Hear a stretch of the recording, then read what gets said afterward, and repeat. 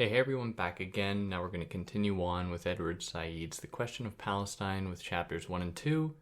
And then the next episode we'll finish off with chapters 3 and 4. And hi, if you're new here, I'm David. I explain philosophical concepts and ideas and ways to make them accessible to you. But go and listen to the first part in which I cover a brief history of Zionism, the introduction, and the preface, which are all super important. And you'll get the other spiel. Follow me on other platforms if you want to help out. Consider instead donating to one of the organizations I've linked below. Any and all help is greatly appreciated by me and to all the people you will be helping.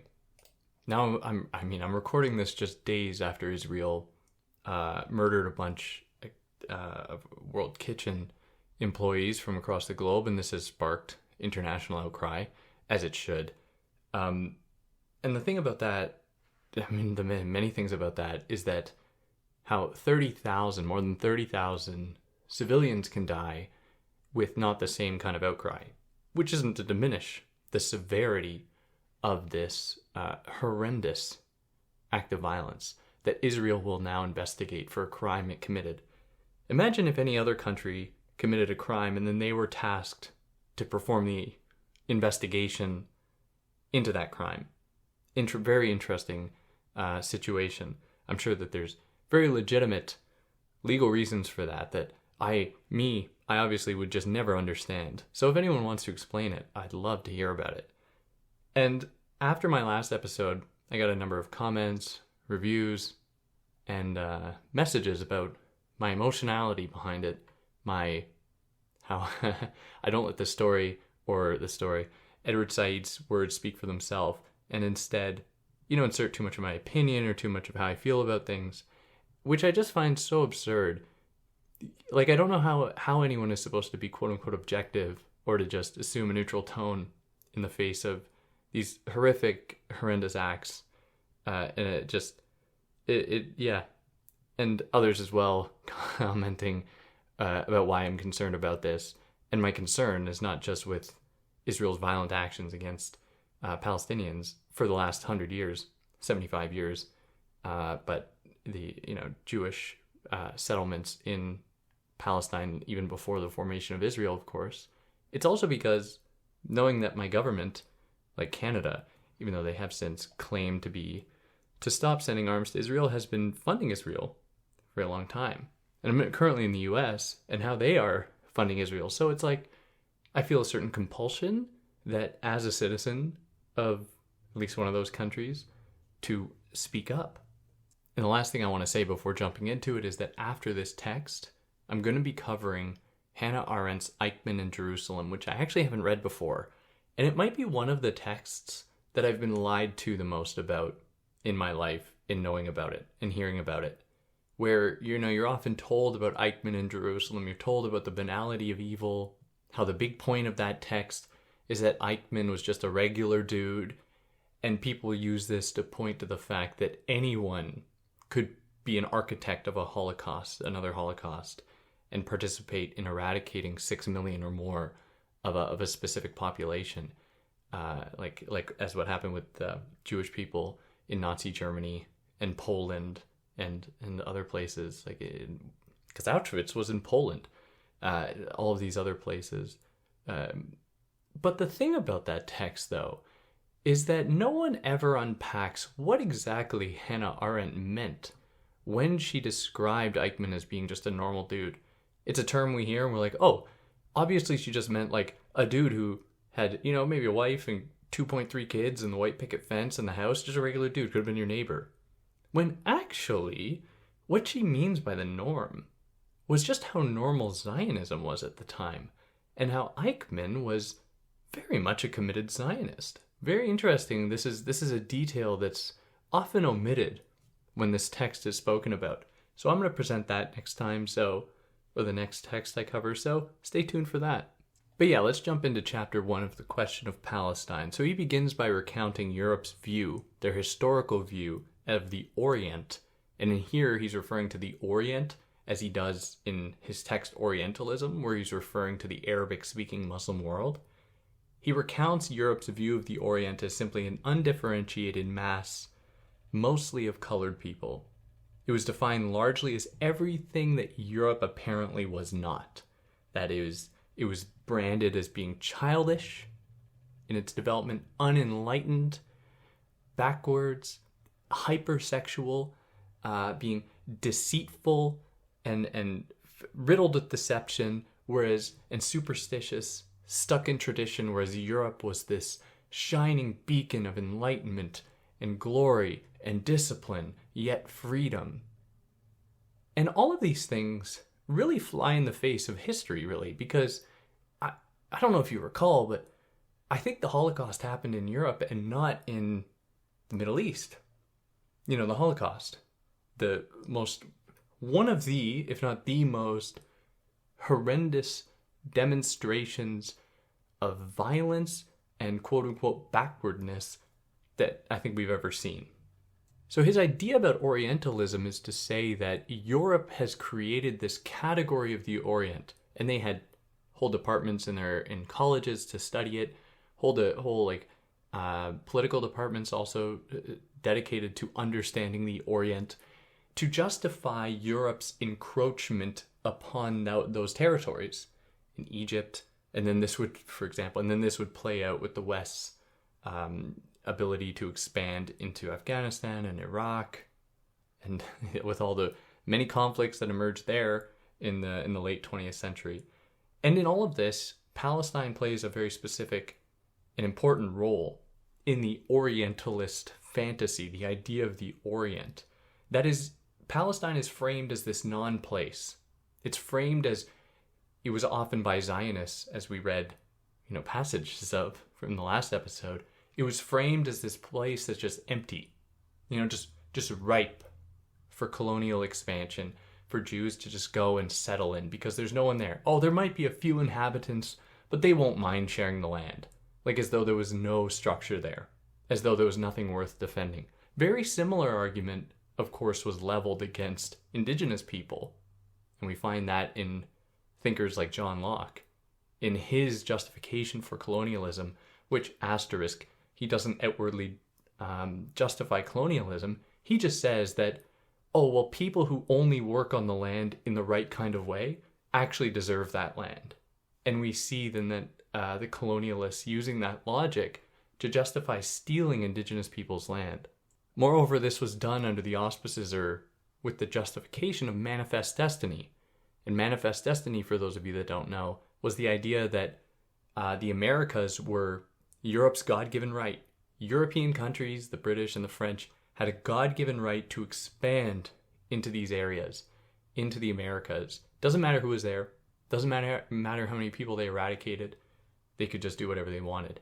And I remember so vividly learning about how horrible that was as a child, like in elementary school. And I really struggled to see the difference between that and the early Zionist treatment of Palestine. They were treating it as though it was their God-given right to that place, and so therefore they can go and do whatever they want to the inhabitants. Doesn't matter that they displaced nearly 1 million people. It didn't matter that they shoved them in refugee camps for decades, ripped them out of their homes, murdered tens of thousands of them over the years. Doesn't matter because it's their land. Apparently it's Israel's land. But by framing Palestine, or viewing Palestine as this non-place, it really fit within the Orientalist vision of the Middle East as being a place that's undeveloped, therefore just worthy of being colonized and exploited, where Palestinian national, cultural, and social identity has been repeatedly denied as though to make them as ambiguous as Europe views the overall Orient.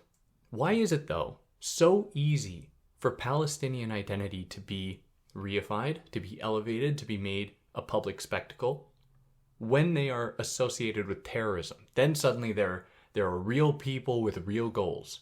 Just chaos and terror, apparently. But when it comes to self-determination and autonomy, then suddenly, no. They don't have a clear goal or agenda. What is Palestine? It's not even a place, It was barely even recognized as a country internationally. So we see a kind of hypocrisy on display there. How claims towards Palestinian national identity are used to undermine that identity by just associating it with terror, and how in other cases it's used or denied in order to further justify encroachment on those territories. And I know I recommended watching Israelism, and I know how problematic it is to be recommending non-Palestinian sources of information right now. But for those of you who are interested in seeing firsthand on a screen what life is like in the juxtaposition between, let's say, you're a cool hip kid in Tel Aviv and a few miles away, people suffering miserably in Gaza. You could watch Anthony Bourdain's episode on it, which obviously I know is problematic. But it is just so fully apparent in that episode when he just visits Gaza and Israel, just how much oppression Gazans and then people even in the West Bank are under daily. The kinds of discrimination they experience on a daily basis, how they are endlessly harassed by the IDF arbitrarily, how there are checkpoints that can't even move through their own country without being stopped randomly by this occupying force. I don't know, any Americans here? I would love to know how many of you would be cool with that. I would really love to know how many of you would be like, yes, this is exactly what I want. Of course, this would be amazing for me. But yeah, I mean, it's from the Anthony Bourdain series titled Parts Unknown, and the episode from 2013 is, I think it's just called Jerusalem, but he visits obviously East and West Jerusalem and the West Bank and Gaza, and it's disgusting. But these efforts to brand Palestine as this non-place, it does all the things I mentioned, but it also just erases their rich cultural history, their food, their music, their knowledge-producing institutions, which have perpetually been under attack by Israel. I mentioned it last time, but Maya Wynn's recent book, Towers of Ivory and Steel, looks at the systematic ways in which Israel has targeted with bombs, targeted Palestinian colleges, universities, and has undermined their research, and has essentially within Israel, of course they don't teach about this. This is just the systematic way in which entire histories are erased by going after the knowledge-producing institutions. Now, many of us don't know this, but it was just viewed as flat-out anti-Semitism to even mention Palestine in the early to mid-20th century. Even to say that word was branded as being anti-Semitic. Even though people from Thomas Hobbes to Hannah Arendt, everywhere in between, so many people knew that area as Palestine. That's just what the world knew. But then, and even then, when the UN's vote recognizing Palestinian right to self-determination in 1969 it was like a radical transformation for the world to recognize Palestine as having self-determinative capacity and autonomy, which it's not as though the claims of charges of anti-Semitism went away if anyone has sided with Palestine. You still see it today, where if you criticize Israel, you are anti-Semitic, But that's the state of the world right now. Now, all this isn't to say that Palestine was purely an Arabic Muslim nation for all of its history. In the early 20th century, 10-15% of its population was Jewish, just like I mentioned last time, in other nations as well. And it was their home, it was their place. And, if we add this fact that it was 10-15% Jewish, it's really strange that the early Zionists framed it as a land without people for a people without land. That is, Jewish people who didn't have a home. And it would be their home when there are Jewish people living there. What does that say about even the early Zionist view of Jews living there at the time? As though it wasn't even theirs. As though it would just be taken over. And this is one of the many ways that Zionism participates in anti-Semitism. As, I'm sure jarring as that is to hear. Where, and I keep seeing this, if a Jewish person criticizes Zionism, then they're branded as a self-hating Jew or anything like that. This is certainly something that Hannah Arendt experienced and continues to experience with like smear pieces written in Israeli-sponsored news outlets, essentially disowning Hannah Arendt. And like, I mean, it's just me. I can't speak for everyone. But if I had if I was a religious person and somebody was trying to reduce my religion, my attachment to the divine, to the cosmic order of all infinite beings on the planet, if somebody was trying to reduce that to a nation, it would really bother me. It would really bother me. While I think it's also important to recognize, as we can, and I'm going to be talking a lot more about anti-Semitism as we go on here, recognizing that there might be material historical reasons for Jewish people to have some kind of a protective apparatus, given not just the Holocaust, but the millennia of persecution that Jews experienced way before then. Both of these things can be true. So many people knew about Palestine. Like I said, you had Thomas Hobbes. You also had Lamartine or Lamartine. People sometimes are so weird when I pronounce words in French. Like Descartes, they're like, "Why are you pronouncing it like that?" I'm like, "'Cause that's his name." They're like, "No," okay, or Descartes, as some like to hear. Not, God forbid you say Descartes. But Lamartine, if you prefer, Lamartine, Disraeli, Mark Twain, they all wrote about Palestine. Hannah Arendt, like it was just a thing. People knew it. In 1978, the Rothschilds memorandum from our Lord Rothschild's memorandum speaks of the principle that Palestine should be reconstituted as the national home of the Jewish people, just acknowledging that it is a place, a national identity, a land that is not even their own, that Jewish people have this kind of God-given right to. Now, the language of reconstituting and rebuilding reveals their colonial aspirations to dare to tear down and transform Palestine. And this is central to Edward Said's approach to this, in that all of the ways, or many, I can't say all, many of the ways that Zionist movements into Palestine were framed, they're framed in a way that branded Palestine as needing correction, as needing investment, as needing to be torn down and reconstituted for an enlightened people. And so Israel has been steadily and surely trying to erase all traces of Palestinian people on the land there before 1948 and after, in the 4 years after Israel occupied Palestine, that is in 1967, it destroyed more than 15,000 homes. In 1948, nearly 1 million lost their homes, villages, and communities.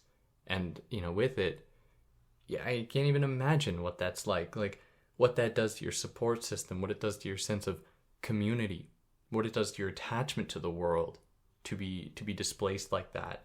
Many of whom were thrown into Lebanon. Many of them had to just flee to Jordan or Egypt. And these efforts, these exiles, were often just justified as like, oh, well, they didn't like Jews, so they left. It's like, okay, well, you're destroying their homes and taking their land. Like, what else are they going to do? Many of them were just forced to leave. Now, in its conquest, Israel received overwhelming support from the US and the UK. Now, it has to be noted that Israel and the UK had a fraught relationship after World War II because it was still British territory. It was British land, and Jewish people were like, oh, no, this is ours now. So there were quite a few tensions actually between the British and Israel, and I think that often gets ignored, even though the British were in large part responsible for siphoning Jews there after World War II, as were the Nazis. But before World War II, up until about 1941, were Nazis, many of them, Eichmann included, responsible for sending Jews to Palestine. But stick around for the Hannah Arendt and you'll learn all about that history, if you didn't know about it, because I didn't. It's funny what things we learn about in history class. In any case, Israel had support from the West. And this support allowed their population to grow at about 30% per year in 1927, because Jewish settlements in Palestine were happening much before World War II. And in 1927, their increase in the number of people was about 30% per year, whereas the normal, quote-unquote normal, regular increase of a population in any given territory is anywhere, is like 1.5 to 2%. So it's 30%. That's because the British, and then a little later the Nazis, were sending many, many, many Jewish people to Palestine.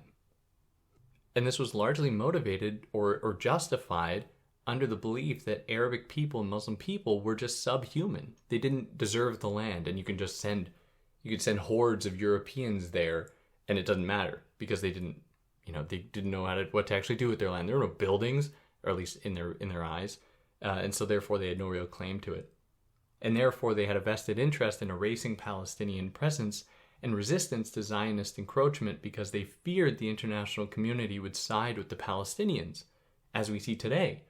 I mean, after October 7th, with Hamas's brutal attack in Israel, I think that we can confidently say that this has elevated global consciousness about the state of Palestine, about what life has been like for the last 75 years and more living in Palestine, be it in Gaza or the West Bank. And when people have learned about it, we're seeing the international community overwhelmingly oppose it and turn against Israel. We're seeing it at the political level. We're seeing it on the civilian level. We're seeing it at the cultural, social, academic level. And yet, Israel is allowed to continue. But I don't want to celebrate this too much, but at least global consciousness about this has been rising. And again, if you want more on this, I definitely recommend you checking out my episodes on necropolitics by Mbembe and Wiseman's lethal theory. And then in a few weeks, Eichmann in Jerusalem, and how it's really interesting that Eichmann, who committed crimes against humanity in Germany, would be tried in Israel as a means to justify Israel's existence, all the while silencing Palestinians, or all the while ignoring all of the violences inflicted against Palestinians in the name of Zionism, or in the name of Jewish resettlement in Palestine. Now, Zionism was largely approved by in the West, and Edward Said is it's so obvious because in the West, they had such a poor view of Muslims in the Arabic world. The entire history of Orientalism essentially set the stage for this kind of colonial effort in Palestine. They recognized it. They approved of it because they viewed Muslim people as being subhuman. That is, Zionism easily gained approval in the West because they did not think Arabs were human. It would learn about Arabs through recently immigrated European Jews who assumed a moral righteousness because of their true historical persecution. They were an oppressed, and very much still are, an oppressed group. And so it made it difficult to criticize them when they went to Palestine and inflicted harms against Palestinians. So there was a mutual, in the West, it was okay, we feel kind of responsible. So, it's against Muslim people that you're now inflicting this harm. We don't like them either. So that'll be fine. I mean, why wasn't Jewish resettlement happening in, Texas? There's a lot of land there, right? Why not? Would the Texans have liked that? I'm sure they would have loved it. Now, I think it's so important. We can hold space to acknowledge both anti-Semitism as a real, historical, and present-day parasite on the planet, and we can acknowledge Israel's violences against Palestine and Palestinians, and we can fight against conspiracy theories and conspiracy theorists who deny the Holocaust as just a fiction to justify Israel's settlement in Palestine. So, for example, Said provides an important corrective here, that Western support for Israel was motivated by their desire to conquer the Orient. So, I mean, I study conspiracy theories, it's my thing. Anti-Semitic conspiracy theories have such a long history, from blood libel to well poisoning. Jewish people have historically been subject to conspiracy theories blaming like famine, turmoil, mysterious deaths, just blaming them on Jewish people to have an easy answer, to provide an easy answer for these complicated or inexplicable phenomena. Now, today, there's Holocaust deniers, and Holocaust deniers, many of them, deny the Holocaust and say that it was concocted by Jewish leaders to justify the creation of Israel. Now, obviously, none of that is grounded in reality. No part of it. There's no part of the Holocaust that was fabricated. 6 million Jews, however many thousands, tens of thousands of Roma people, disabled people, were all subject to the concentration camps and eradicated by the Nazis. Now, what these conspiracy theories do, beyond perpetuating historical anti-Semitic legacies against Jewish people, what they also do is erase European culpability within Israel's creation, where by branding it as this conspiracy, what it does is it erases the complexity around the situation where Jewish settlements within Palestine met very little resistance because they were borrowing from legacies of European colonialism. So these conspiracy theorists, instead of grappling with that fact and how this is very much indebted to legacies of European colonialism, make it into a simple solution where, it was a fabrication by Jewish leaders, which dovetails with older legacies of anti-Semitic conspiracy theories.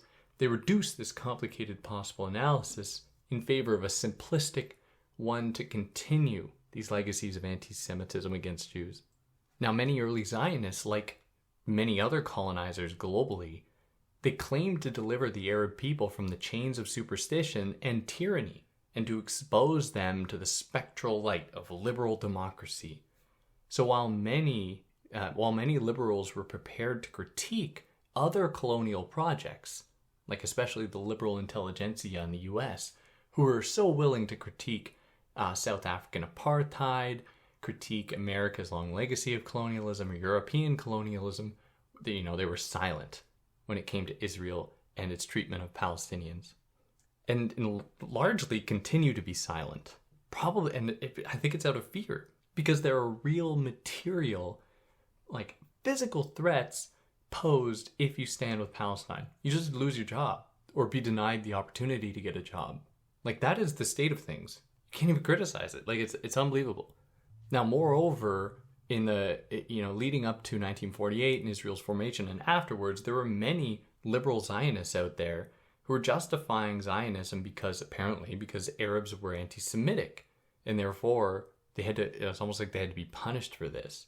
Now, obviously, this isn't true, because, and the whole thing with like Netanyahu blaming the Holocaust on Palestine and Palestinians, it's a kind of like, it kind of defangs and whitewashes Nazism, like how bad the Germans were and how bad the Nazis were, to make it seem as though Hamas is worse, which blows my mind.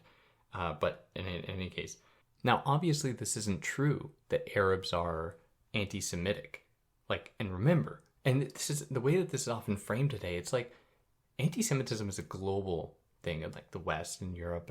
It's like everywhere, and it's a parasite. And the way that it's localized and focused on in the Orient, quote unquote Orient, is just a way by which to erase its presence everywhere else, I think.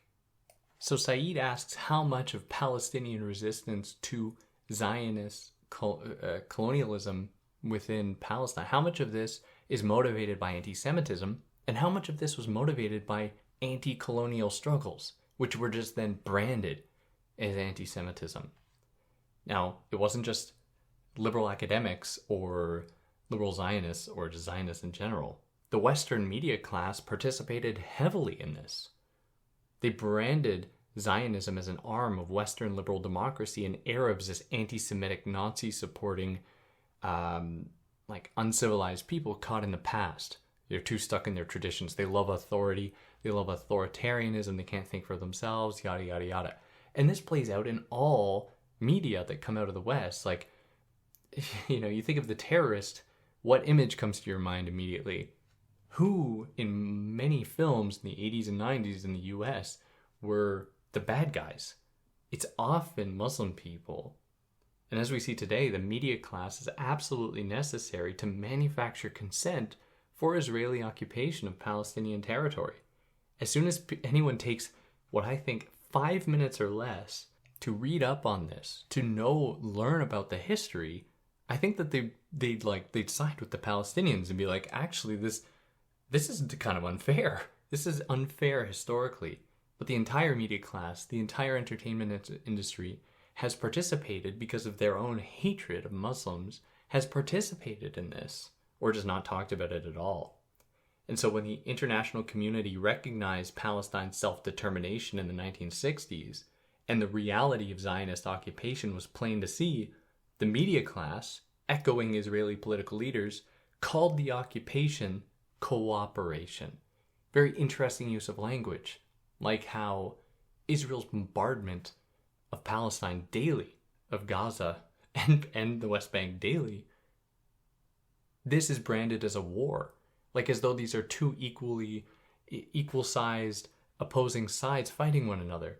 And then you just take 1 minute and find the footage of people in Gaza waiting desperately among rubble and destroyed buildings for some amount of aid to be dropped in to avoid starving to death. And it's like, are we seeing the same thing in Tel Aviv? Or are they all chilling out in their cafes and going to nightclubs every night? I mean, it's like, maybe, I don't know, maybe a war is not the right word to describe this. So the Western media class is extremely culpable in this. In 1976, for example, the New York Times critiqued, I quote, Arab propagandists who opposed the occupation for failing to see how it was, the quote ended after propagandists, new quote, how Arab propagandists and the occupation was a model for future cooperation between Arabs and Jews.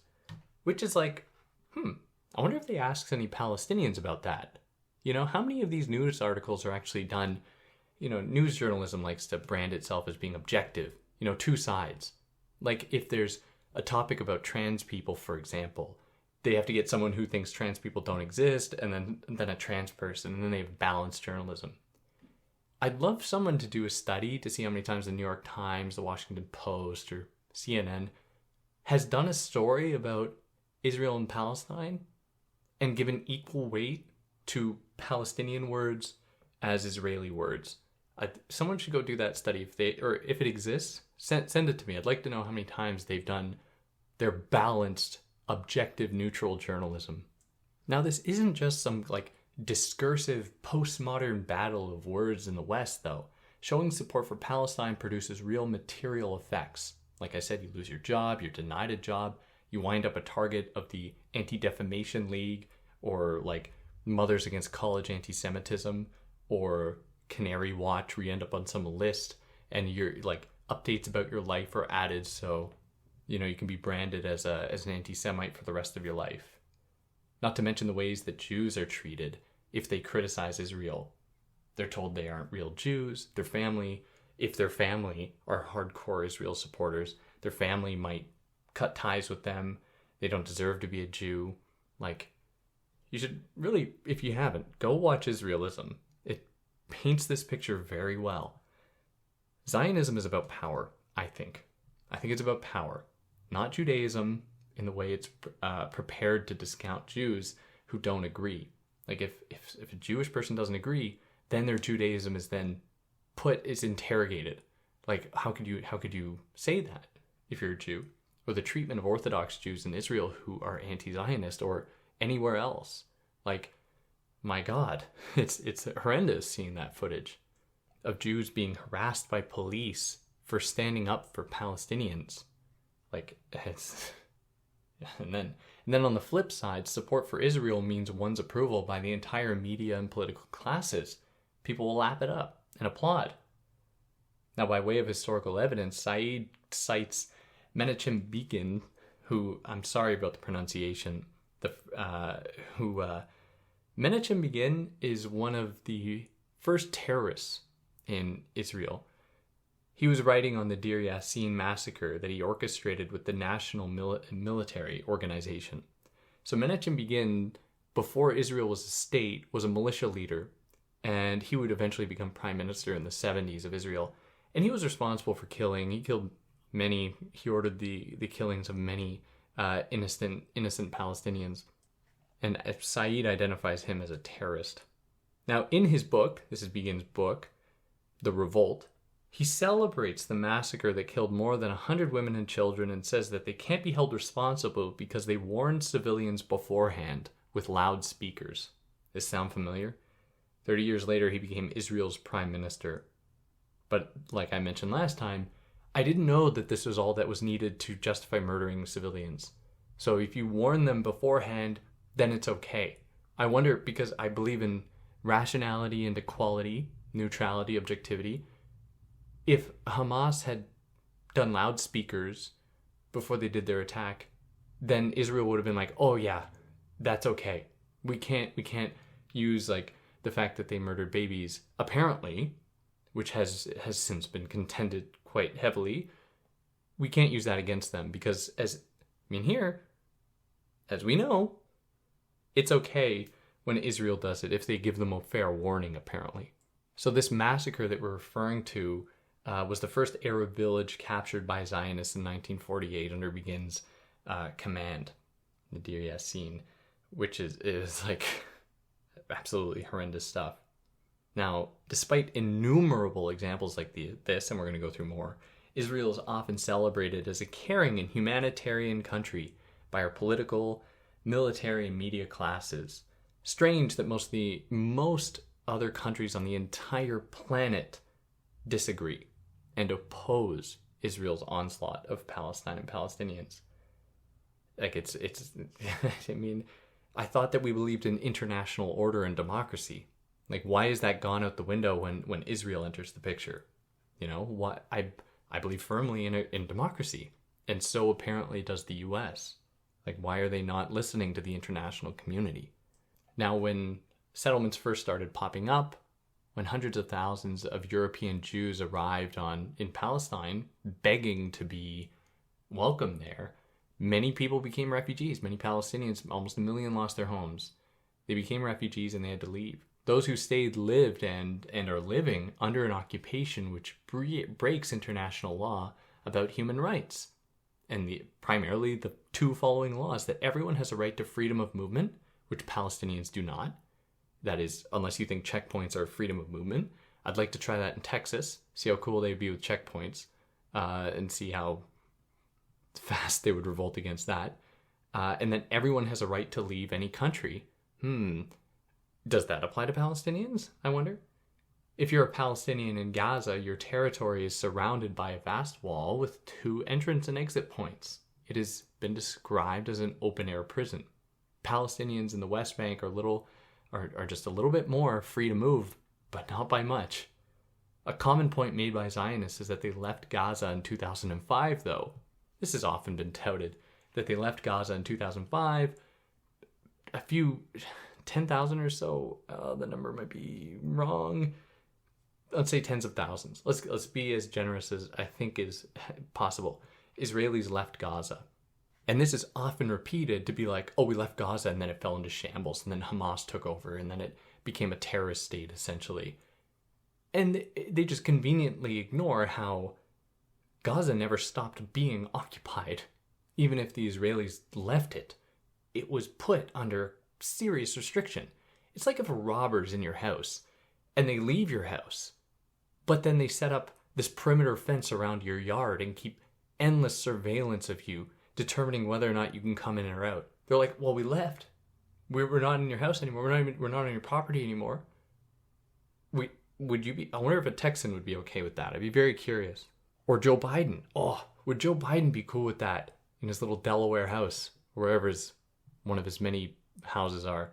I'd be very, very curious if he'd be cool with that. I think that any supporter of this has to go and live in Gaza for a little while and see how much they love it.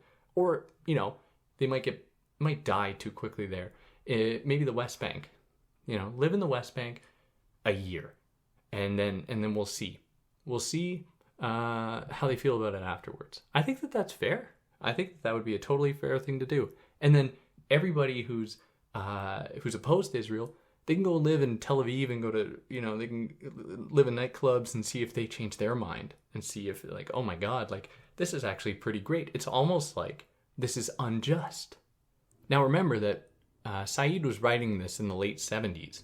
And since 1948, so about 30 years, the UN General Assembly had called for Palestinians to be able to return home more than 30 times. Israel has refused. Israel has refused that. So Arabs lost their homes, they cannot sell their homes, and Israel promises every Jew that they may move to Israel. So if you are a Jew born in Chicago, you apparently have more of a right to Palestinian land than a Palestinian born in Nablus or Jaffa or East Jerusalem. Like, what? It doesn't make sense. Now, in the late 1970s, it seemed like maybe headway was going to be made where the US and Soviet Union recognized Palestinian rights with a big asterisk. I mean, basic human rights. It's so weird that they need to even be quote-unquote recognized. I mean, don't we know from Kant that, like, every single human should be treated as an end in themselves and should be able to possess rights? Isn't that, like, moral philosophy 101? I don't know, maybe I'm just a hippie communist or something.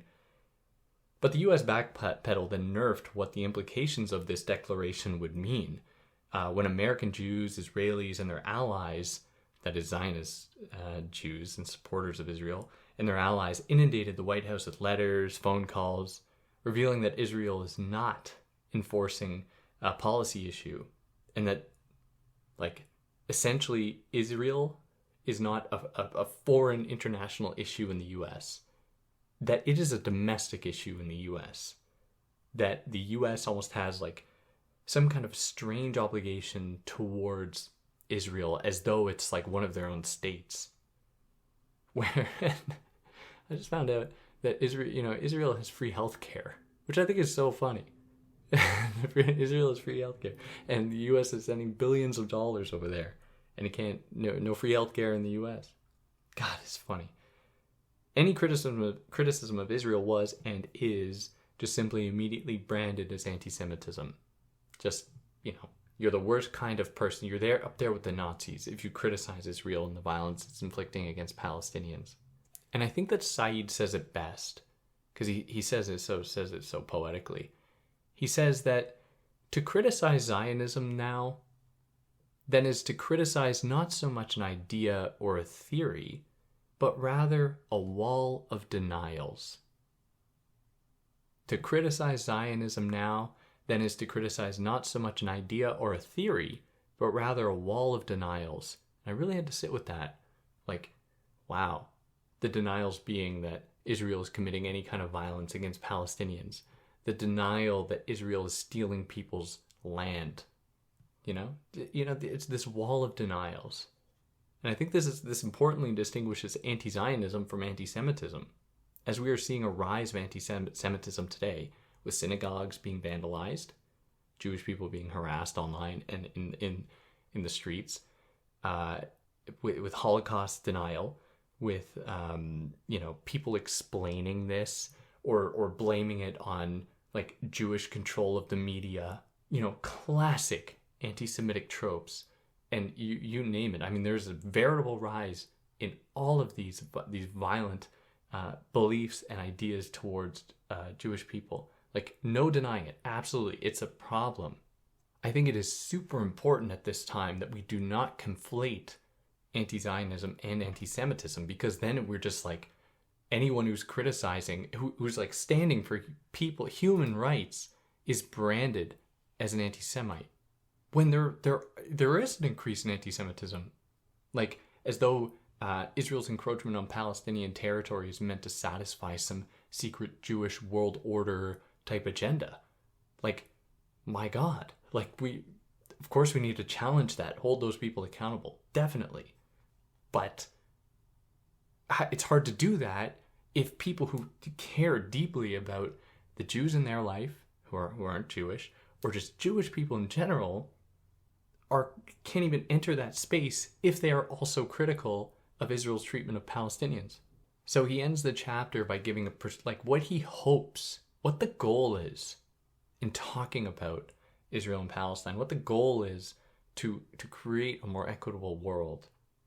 And he says that his goal is for every person to live free from fear, insecurity, terror, and oppression, and free also from the possibility of exercising unequal or unjust domination over others. Now, obviously, this means different things for Israelis and Palestinians. For Israelis, it means freedom from anti-Semitism, as they should be free from it. They should be free from fear of Arabic people and free from Zionism as a program of oppression against Palestinians. Take note of that, the way that he frames this project for Israelis. And then for Palestinians, it means freedom from dispossession, exile, historical marginality, and from inhumane attitudes and practices towards the oppressing Israel. And is the fear the same here? We can't just apply the same kind of metric here, given these vastly different histories, given the varying degrees of support that Israel gets from the global West and North versus Palestinians that struggle night and day to get support, to have protection. There's a really beautiful moment, although horrifying moment, in Frantz Fanon's Black Skin, White Masks, where he's standing on a train platform and he's describing this moment where he sees a little white child, and he's in France, and he sees a little white child looking at him with terror on the child's face. And in that moment, Frantz Fanon is seeing a little white kid scared of him. And you know how Fanon feels in that moment? He doesn't feel shame. He doesn't feel pity. He feels fear. He doesn't have anything to fear from the child. Like, the child poses no immediate threat to him, but he knows that the child's fear is backed up by the police, by the entire political class, by every institution would be on that child's side. So when he sees that child's fear, he's seeing the fear in the face of all these other institutions. This is the same fear that pushes cops to commit acts of violence against black people in the US. This fear, they say, it's just an embodied response. So in this moment, there's two people experiencing fear, and they are not equal at all. And it's important to interrogate that. It's important to see how fear is not just this blanket homogenous thing. And that puts us here to chapter 2, Zionism from the standpoint of its victims. So no idea lives in a vacuum, obviously. Zionism has historically been celebrated as a pure idea to produce a pure state of Israel. Such beliefs erase the suffering required for Zionism to flourish and enact its vision, suffering of Palestinians. Like the Marxist notion of commodity fetishism, Israel's image depends on an erasure of the suffering and exploitation required to create it. So, commodity fetishism for Marx is the idea that in order to buy commodities and to live in a world of circulating commodities, we need to erase the exploitation required to actually produce those commodities. Because you never really want to think about where your clothes come from, right? Or your food in the case of like factory farming. Otherwise people might be like, I don't know if I like this. So we remain willfully ignorant, like in the case of Israel, where the violences that they've inflicted are continually erased, or we never hear about it. We never learn about it. Even though if you're in North America, your tax dollars are going to fund it, to support it. For example, the guy I mentioned last time, Menachem Begin, who celebrates and is being celebrated for his militia groups, which Said brands as a terrorist organization because they were out of state and they targeted civilians, who killed hundreds of civilians and displaced thousands more. Well-meaning liberals then have no issue criticizing, like I said before, the U.S.'s history of enslavement and genocide of indigenous people or South African apartheid, but won't criticize Israel despite the commonalities. Now, I fear the same was true during these other horrors, like there were the intelligentsia liberal class who are justifying it. They're totally fine with it. And now we're just continuing these cycles of oppression. We must break these cycles. Like, we know that, like I said, we know that manifest destiny is wrong, yet it's still used today. Like, we hear it. You just find examples of it in the Israeli government, like as though it is their God-given right to that land. So citing George Eliot's Daniel Deronda, George Eliot was the pen name of Mary Evans, because when women they wouldn't be taken seriously if they were writing. So her pen name was George Eliot. Citing Daniel Deronda, Said notes that it advocates Zionist settlements in Arab land under the pretense that the Arabs were uncivilized, undeveloped, and needed to be enlightened. Obviously, this was a common idea and still is today. But one of the not-so-common aspects is Zionism's equating Palestinians with pure evil, akin to and even worse than the Nazis. Something that you hear from the Israeli government concerningly often, like equating it or making it seem like they're worse. And I think this is part of that Orientalist effort to erase the fact that Nazism didn't happen in the Middle East. It happened in Europe. And anti-Semitism was running rampant throughout Europe before the breakout of World War II and before think of the Dreyfus affair. That was in France. Like, Hannah Arendt was arrested in France as a Jew because she was a Jew. It's like anti-Semitism is this virus, European virus. It's not a Middle Eastern one. Yeah, you can find it there, of course. But the problem is that it's localized there, as though it doesn't exist anywhere else. Now, by framing the Arab world as violent, tyrannical, and civilized, the West is able to distract from its own violences, its own lack of civility, its own violence, its own tyranny. There's no coincidence that Zionism took place alongside European colonization in Africa, India, and the Middle East. Zionism would begin with Theodor Herzl, who imagined a Jewish state in Argentina or Palestine or somewhere in Africa. And then the Nazis, their idea was between 1939 and 1941, Eichmann and others imagined a Jewish state in Poland, which they actually kind of did, which would then result in the Auschwitz and the extermination, or Madagascar. It's difficult to know whether they were actually taking the Madagascar idea seriously, though, but it could have been any one of these places. In any case, though, he was prepared to displace the inhabitants, that is Herzl. Didn't matter where it was. They just were like, we got to go somewhere. Doesn't matter who's there. We'll take their land. We'll take their resources. We'll take their buildings. Doesn't matter, because it's going to be ours. And he said that they had to be willing to do it discreetly and circumspectly, in his own words. And this was made possible by the European logics of colonialism. But, as the chapter suggests, this is Zionism from the standpoint of its victims, and it isn't possible to understand Zionism purely by looking at its motivations. You have to also look at its victims and their experiences. What other things are defined purely in terms of whom they benefited? Like, I thought we're here to be good journalists. We're going to take both sides. We have to be neutral and objective. Historically, though, this is what European colonialism has done. It's erased the voice of the people they've colonized.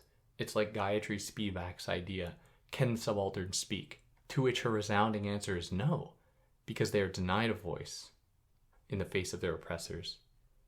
Now, of course, in all of this, science also plays a crucial role in justifying white supremacy and European superiority.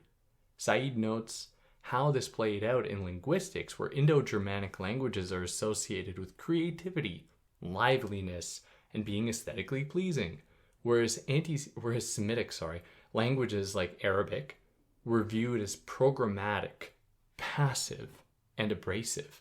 So when European Jews were arriving in the Middle East, Europe looked upon them very happily because they were white passing. There were white people from Europe living there, speaking European languages.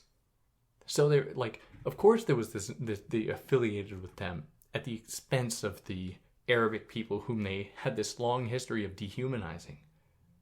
Europeans used ideas like these to justify colonization, and when hundreds of thousands of white European Jews arrived in Palestine, Europe recognizes them as superior to the Arab population.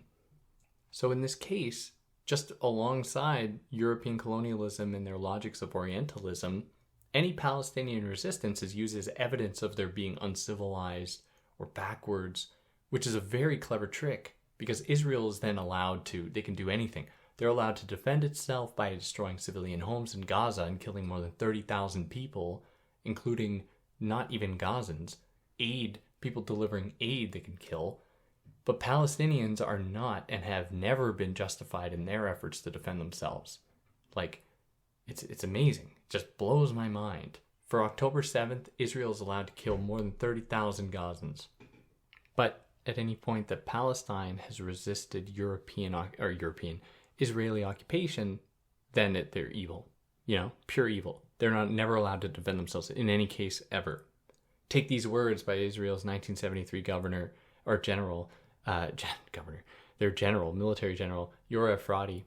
When our forces encounter civilians during the war or in the course of a pursuit or a raid, the encountered civilians may, and by the halakhic standards, halakhic refers to the Jewish law alongside scriptural law, by these standards, even must be killed. The civilians must be killed whenever it cannot be ascertained that they are incapable of hitting us back. Under no circumstances should an Arab be trusted, even if he gives the impression of being civilized. Yeah, these are real words, yeah. Amazingly, we see similar themes in Israeli children's literature where Arabs are often they're demonized endlessly, depicted as being, these anti-Semitic mob trying to kill every single Jewish person they can. And in the face of this power, I don't think that rationality is enough. The international courts are not enough. The international community's support for Palestine is not enough. Politely asking is not enough. Israel will continue to expand into Gaza and the West Bank. At the time of the book, in the late 70s, Israel had seized 27% of the West Bank and then 16% more between the book's publishing and 1993. But Palestinians, they can't appeal to it doesn't matter. They could have the entire international community on their side except for the US, and still they're being bombarded daily. And it's what kind of resistance do they have? What options do they have? Realistically, what options are out there? I'd love someone to tell me.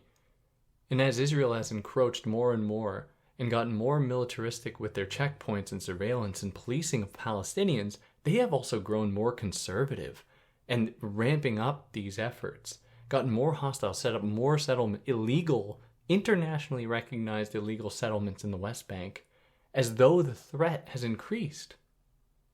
Of course, Palestinians can't pose any resistance. They have to accept the bare minimum with a smile, while the Israeli regime enjoys everything the territory offers.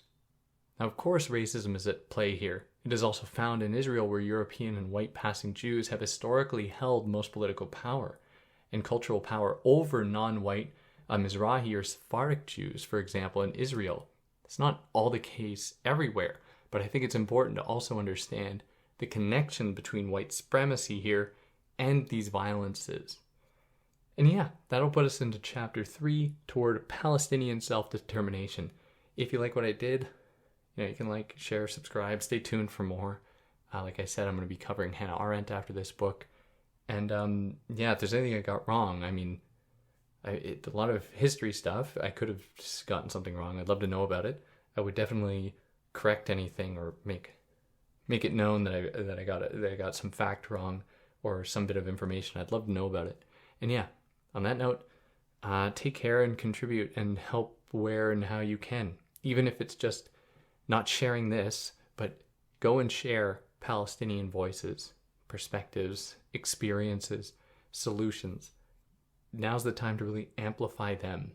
I think that's the most important thing beyond monetarily helping. And yeah, on that note, take care.